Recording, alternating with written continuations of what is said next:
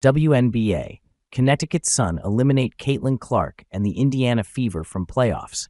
Connecticut, Alyssa Thomas and the Connecticut Sun were happy to finally close out an opening round series at home in 2 games.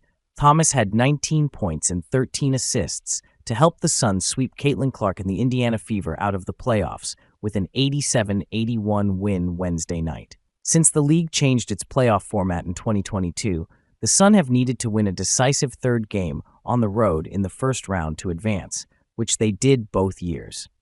This time, we're able to do it at home.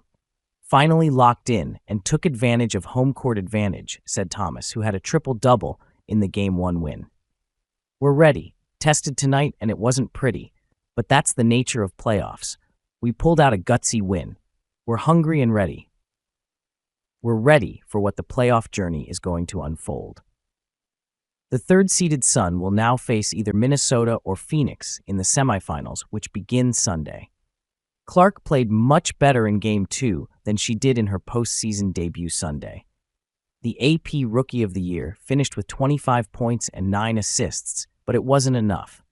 Obviously, it's a tough one, especially as we climbed all the way back in, and just to have our opportunities late, Clark said. Aaliyah Boston added 16 points and 19 rebounds. Her layup with 2:05 left gave Indiana a 77-75 advantage, but DeWanna Bonner, who was playing in her WNBA record-matching 82nd playoff game to match Lindsay Whalen, answered with a three-pointer 14 seconds later. Neither team scored on their next few possessions until Marina Mabrey hit a three-pointer from the wing with 45.5 seconds left to give the Sun an 81-77 lead. Kelsey Mitchell missed a 3 on the Fever's next possession, and the Sun sealed the game from the foul line. Trailing by 7 at the half, the Fever scored the first 7 points of the third quarter to tie the game up.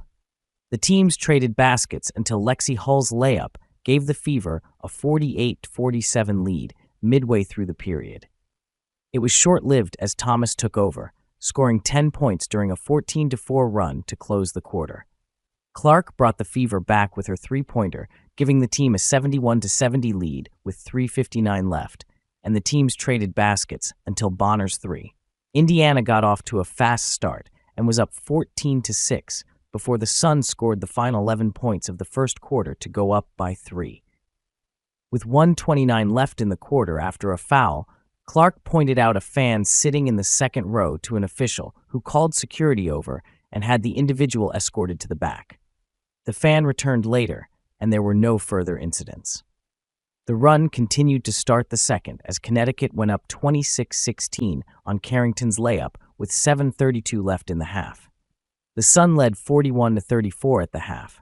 Carrington was honored before the game as the league's most improved player. On the last play of the half, Erica Wheeler went in for a layup trying to beat the buzzer and went flying into the courtside photographers. She was down for a few minutes before getting up and walking back to the locker room. She had her left thumb looked at and didn't return in the second half. Clark finished the half with 14 points, 4 rebounds, and 4 assists. The Sun were missing starting guard Tyasha Harris, who injured her ankle in Sunday's win. Mabrey started in her place,